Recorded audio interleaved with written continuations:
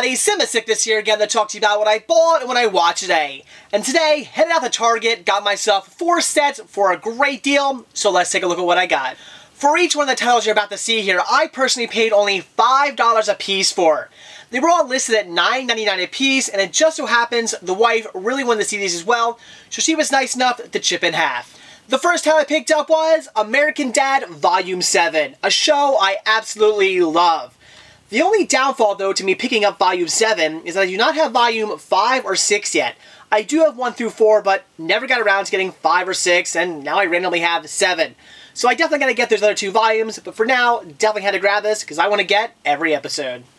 Then I grabbed Family Guy Volume 9, another show I absolutely love. I do already have Volume 1 through 8, so now I got 9. Very happy about that. This show, unfortunately, is one of those shows I just stopped watching on TV. And as I said many times, I don't really watch much TV. There's very few shows that I do actually watch as it's airing, or even later on through on demand. I just do not watch that much TV. I usually wait till I pick things up on Blu-ray or DVD and then watch it. And this is definitely one of the shows I just stopped watching in syndication. So I definitely need to sit down and watch these because I don't think I've seen a single one of these episodes. And the last 2 titles I picked up were Beavis and Butt-Head, The Mike Judge Collection, Volume 1 and Volume 2. Which means I still need to get Volume 3 and Volume 4. But I definitely wanted to get these because this was actually a show I used to watch on MTV. Back when I was much younger and actually still watched MTV and before it got really, really bad. But I did love this show and I haven't seen it in years, so I definitely wanted to pick these up and I can't wait to check them out. So that's it for what I bought today, so now on to what I watched. I think we all know what I checked out today, and that was Monty Python, Almost the Truth. Today I finally sat down and finished watching this.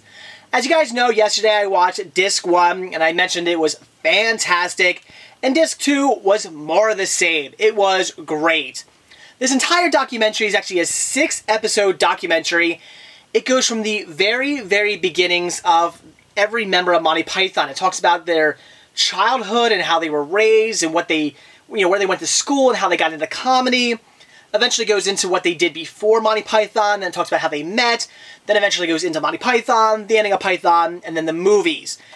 And it is just extremely well done, very, very, very in-depth, and that is what I love most about this.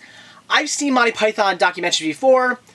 They've all been decent for the most part, but they just skim through stuff. They only have maybe an hour, 2 hours tops to do a documentary.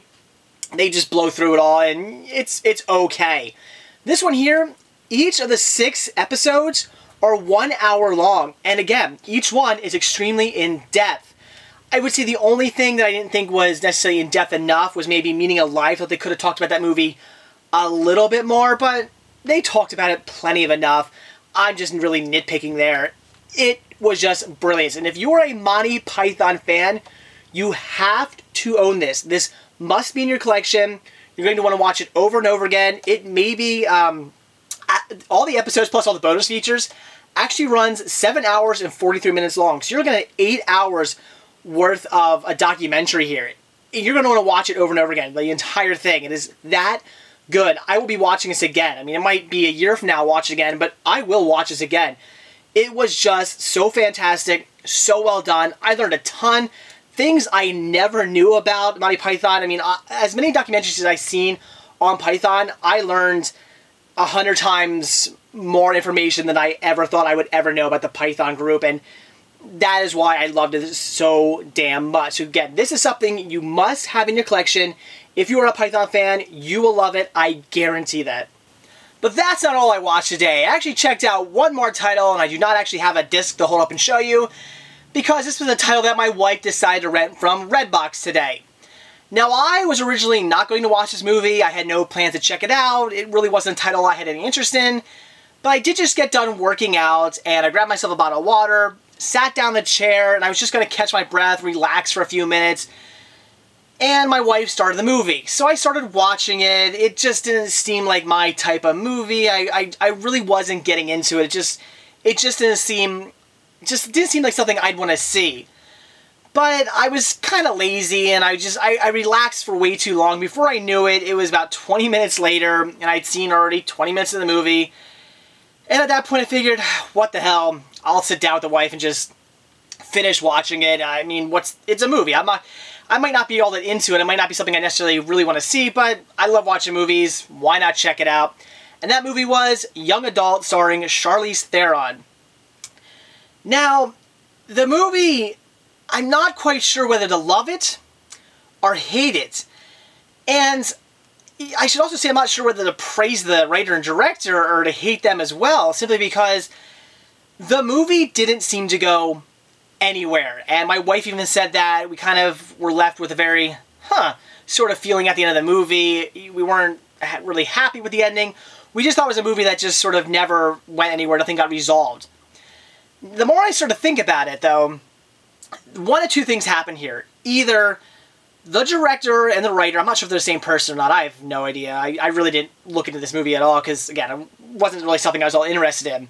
So the writer-director, or the writer and the director, either made a movie that was really true to life. A movie where, well, the whole premise of the movie is about Charlize Theron, and she's got some issues. She ends up going back to her hometown to try and get back with her old high school sweetheart, who's now married and has a baby, which she's completely kind of psychotic too, because she really wants to get back with him, and she's trying everything she can do, and it's kind of all going wrong, and everybody's kind of like, you know, what's with this chick trying to get back with him?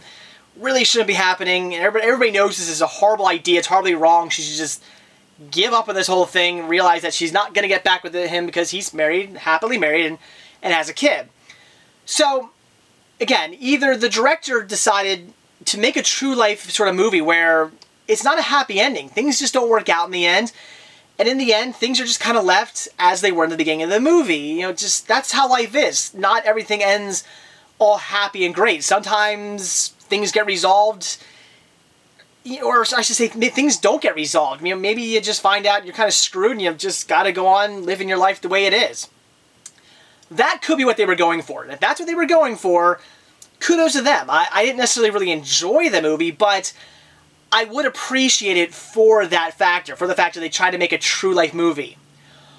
Or they just completely screwed up and made a movie that didn't go anywhere. It's really one of the two. The more I think about it, though, I'm thinking maybe they were trying to go for real life, and if that was what they were trying to do, then, again, kudos to them. Good idea. The only thing really, though, that held me to the movie, the only thing that made me really go, okay, I'm not going to get up and just leave, you know, the only thing that made me really want to watch it was Patton Oswalt. He's in the movie, and he kind of plays the comic relief, and he does a great job. This movie is definitely a dramedy. It's actually, like, I'd say a dark dramedy. And he's really, again, the comic relief. He's always got something smart and witty to say. He's always telling Charlize Theron how horrible of an idea this is, and everything Charlize Theron says, he's got some like witty comeback to basically shoot her down and say, you know, you're an idiot. What are you doing trying to get with this guy? And he was great in the movie. I would definitely say, if not for him, there's a good chance I would have probably got up and walked away and watched some other movie. I probably wouldn't have been able to sit through the entire movie because it just wasn't really holding my attention, except for when he appeared. I loved his character, and for me, he made the entire movie. But, like I said, the movie, I didn't think it was anything all that great. I thought it was mediocre. Once again, if the writers and directors were trying to go for the whole real-life thing, they did a pretty decent job. Because, again, at the end of the movie, things just don't seem resolved. Charlize Theron realizes she's not going to get back with her ex-boyfriend. Not going to happen. You know, her life is just what it is. And she's kind of go back to the city and just deal with her life. It is what it is, and kind of suck it up. You know, I mean, she's not happy. She's miserable, but I guess she's got to go on being unhappy and just miserable. And she gets some advice at the end where, at first I thought, oh boy, she just got, you know, the good advice, and now she's going to be all happy now.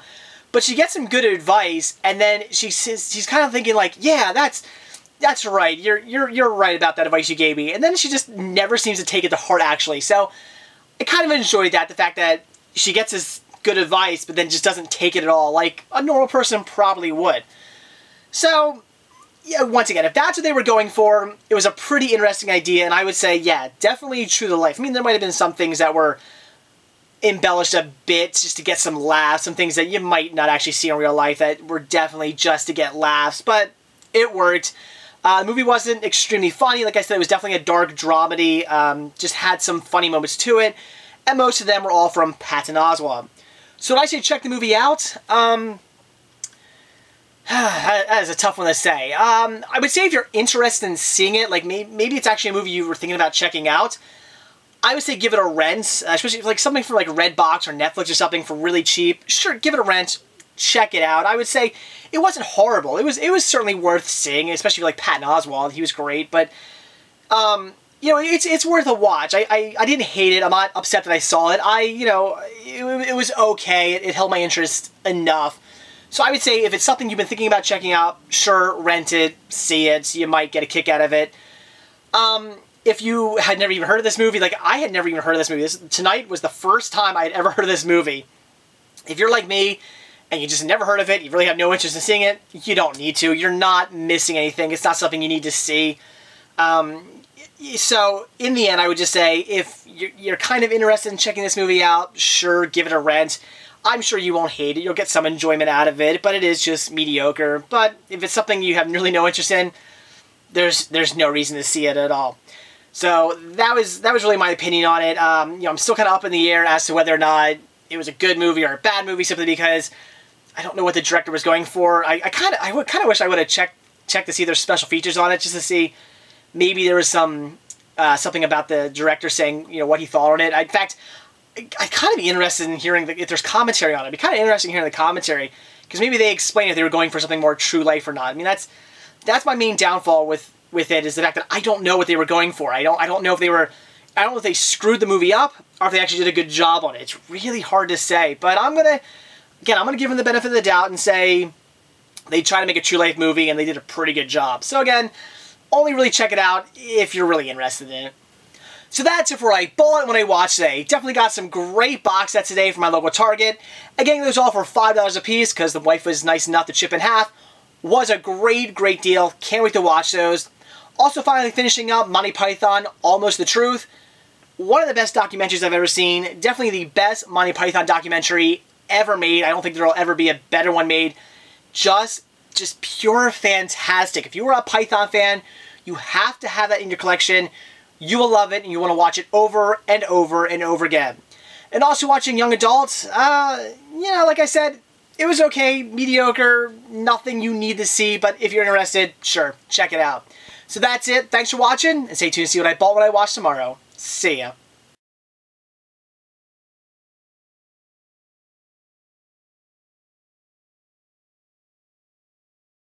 I have not seen Beavis and Butthead in years. Used to watch a show when it actually aired on MTV when I was much younger and actually still watched MTV before it got really bad. I used to love this show, so I definitely went, oh, you fucking bitch. And it was fantastic. This documentary was extremely in-depth. As I mentioned yesterday, I've seen Monty Python documentary, shit.